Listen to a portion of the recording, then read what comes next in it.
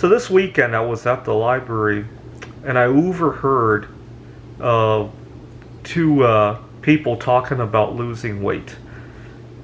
Two women, I would say a little bit older than me, I would say in their late 30s, talking about how they had lost some weight this past summer. Now the entire conversation was all negative, right? They had to give up certain foods, certain events. I don't know why events have to be given up, right? I would go there and just avoid the foods. That's another story for another time, but that's the culture that a lot of us live in, unfortunately. They had to change their routines when they went on vacation. They had to get exercise. It was all on the negative. And the one big positive that I heard one of them talk about was that they got to shop for new clothes in a better size.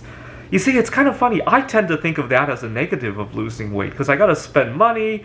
I got to interact with people buying the clothes. I'm not a very social person. The last thing I want to do is to shop for clothes regularly. Believe me. But that's what they were calling a positive out of it. And all these negatives, right? Stop, flip it around. Acknowledge that, yes, there were things that had to be changed, but dwell on all the positives that came out. Oh my God, I look around, I see one more positive here and one more positive there, and the list seems endless, right? Let me give you an example. So, over a year and a half ago now, right, I made a resolution to normalize my relationship with food. I didn't make a resolution to lose weight, by the way. I didn't. Losing weight was more of a side benefit of that resolution, right? Now, what has changed since then? Yeah, there were times, for sure, there were times I had to say no to food. I very rarely said no to an event, though. I would go to the event and then I would argue with people who want to push food on me because it's their culture. That I have done. I've never outright said no to an event because I couldn't handle the food options that were there. Now, yes, there were times where I had to say no to food, but what else has changed? Every time I look at my bank account, a shock! There's more money than I thought there was because I had budgeted, I had gotten accustomed to budgeting so much for food, right? I would look at my time management, a shock! All of a sudden, there's a big gap where I used to eat lunch and now I'm fasting and now I get to go mingle with people, write a few extra computer games, right? I look at, I think about a trip that I want to take. Right now I'm in Phoenix, Arizona. I started the journey in Seattle, obviously.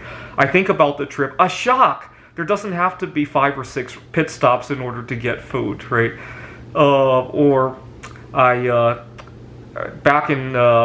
I didn't realize it at the time, but I had COVID-19 early on in the pandemic, and a shock! I didn't have to think about losing my sense of taste, and, I can't have my favorite foods anymore. Oh my God, I hope this is over soon so I can go out and enjoy my favorite foods, right? I didn't daydream about that so much, right? Or I go to the store and there's a shock, my favorite food is sold out, but so what? There are other things to enjoy, right? I want people to dwell on those shocks, right? Not the kind of shock that, oh my God, I couldn't go to my favorite birthday party or whatever, right? Actually, you could go, right? You just have to treat it differently, or that, I can't have my favorite foods, my family who's visiting, and last time they came, I hadn't gone on this diet yet. How do I mingle with them? Right? I don't want people to focus on that, right? Focus on the positives. Dwell on all the positives. Like every day I look, there's a new positive to my new eating ways that I didn't think about the day before, right? I want people to think about that, right? And yes, there are going to be times when you have to pay for that, but that price is very minor compared to all the shocking benefits that come every day.